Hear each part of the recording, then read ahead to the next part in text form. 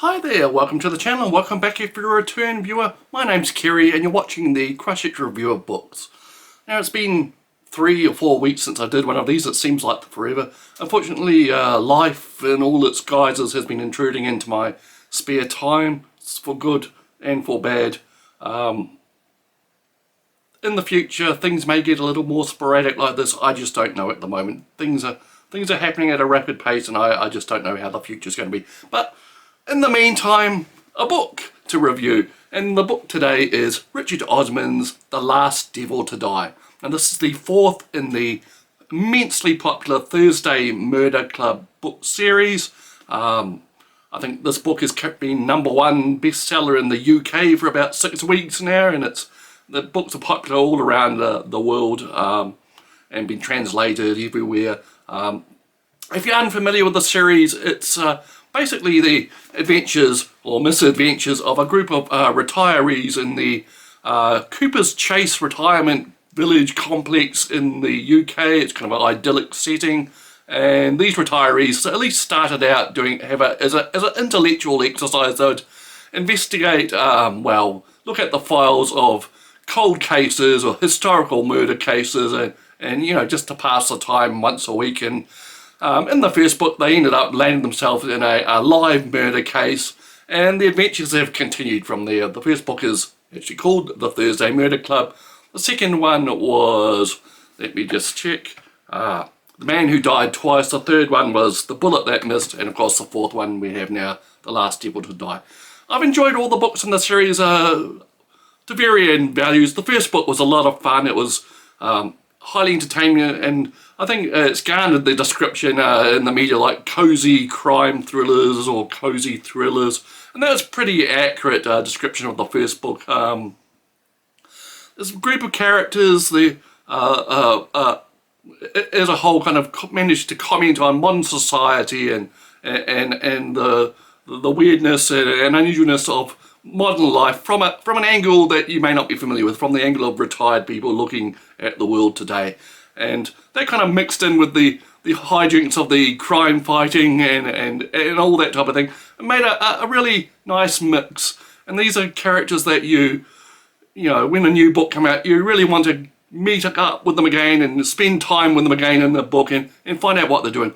The second book in the series I thought was probably the least one, The Man Who Died Twice. It kind of like, it seemed a little hastily put out and badly plotted, and the characters were kind of like cartoon versions of themselves, and I really didn't like what they did with one of the characters in that book. That was Joyce, a former nurse, and she was kind of like the reader's viewpoint character in her kind of like diary entries. But in the second book they made her kind of like into a naive dimwit, which didn't seem like what a nurse would be looking at the world like. And I'm glad to say that this most recent book and the previous one, the Bullet That Missed, I keep having to refer to the titles because I just think of them as a whole. Yeah, and then the latest in the previous book, they've kind of rehabilitated Joyce into her rightful place as a main character, and actually in the most recent one, The Last Devil to Die, she is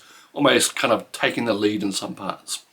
Now, like I said, these books are cozy comedy. They're kind of a warm dip into a pool to read and entertain you, and you're probably not expecting something too serious to step into the story. But Osman has actually done that with the latest book. Now, the main characters, as you may, if you're uninitiated, are Elizabeth, who is a former Secret Service type agent, she was a female James Bond before she retired. Then there's Joyce, like I mentioned before. She is a former nurse, and she has a more gentler view on the world. Be easy to call it naive, but no, I think she's trusting and she sees the good in other people. And then there's Ron, who's a former union organizer and father to a champion boxer, and some of his connections are a bit dodgy. Ron, kind of like the go ahead and do it type guy of the team. And then there's Ibrahim. Now, Ibrahim's been with a man of mystery up until this book. He's a psychiatrist who hasn't quite retired. Still keeps his hand in on the business, and we haven't really learned all that much about Ibrahim, except for he's not entirely happy all the time. So together the team, they investigate crimes that seem to happen around the area, and as the books have progressed, there's been a kind of accrual of supporting characters. There's a couple of police officers, local police officers, Chris and Donna, and then there's been Bogdan, a local handyman who's become like a team, the kind of fix-it man for the team, and so on. And there's also Elizabeth's husband, Stephen, who suffers from dementia, and there's all these other people around which have we were minor characters in the previous books and have kind of like become friends and fixtures in the stories. And the main plot on this one, the last devil to die, is Koldesh, one of Elizabeth's husband's friends who actually featured in the previous book, who's an antiques dealer, a local gangland drug dealer, uses Koldesh's shop to hide or position a imported box of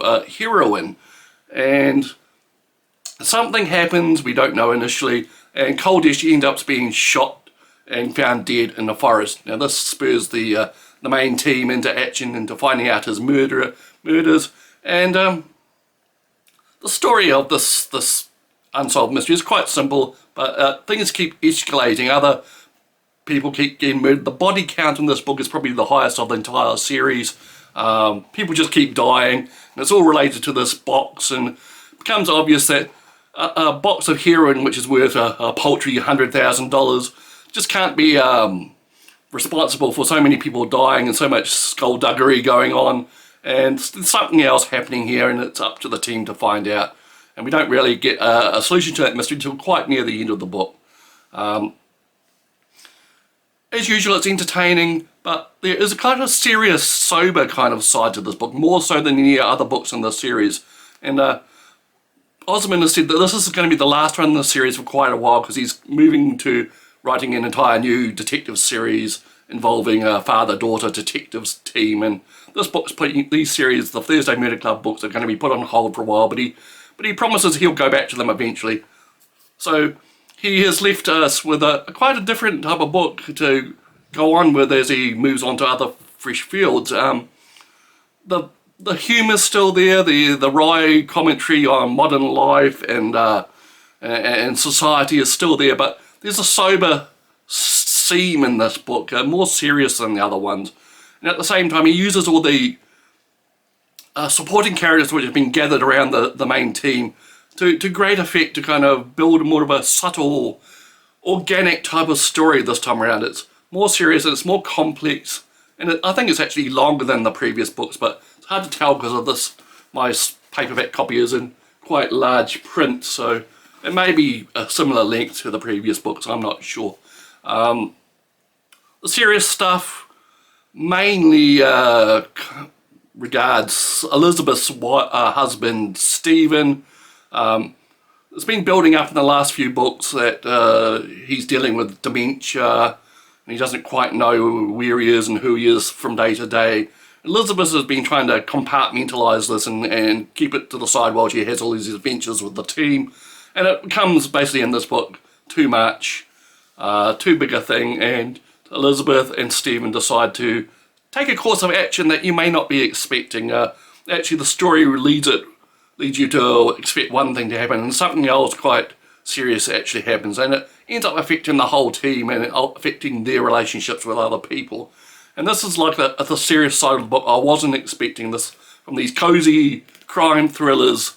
There's kind of serious discussion of mortality and such like. I won't spoil anything, but I found it quite affecting, and from there the book kind of opens up into more serious discussion of the background of these characters and what's going on. Ibrahim, who's kind of like, he's a main character and he plays a crucial part in other stories, but we didn't really know much about him. In this book he finally finds someone else he can trust, and he opens up to them about his past. It's a little surprising, a little unexpected what they reveal about him, but it's not unwelcome. We feel like we now know this man and what happened to him and what makes him tick.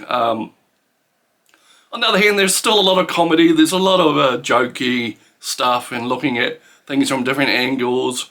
The relationship between the police officers that we've come to know in the other book, Donna, who is now in a relationship with Bogdan, the Polish handyman type fixer guy, and Chris, her former police partner, who's now in a relationship with Donna's mother, Patrice. There's a lot of humour to be had there. Like I said, this is probably going to be the last one of these for a while, and they've gone out on top. This is the best one of the series, I think. But having said that, it would be stupid to duck into this book without having read the previous ones. The previous 3 books have built up these characters, this group of characters. You know and love them, and you look forward to reading them again. And this book kind of is a payoff for getting to know those characters. It's excellent stuff. I really enjoyed it. I've been having a rough time with things at the moment, as I alluded to at the start of this video, and this was a welcome diversion. Serious stuff aside, it's still a lot of fun. It's a lot of warmth and humanness, with a kind of a backbone of steel this time. So that is The Last Devil to Die by Richard Osman.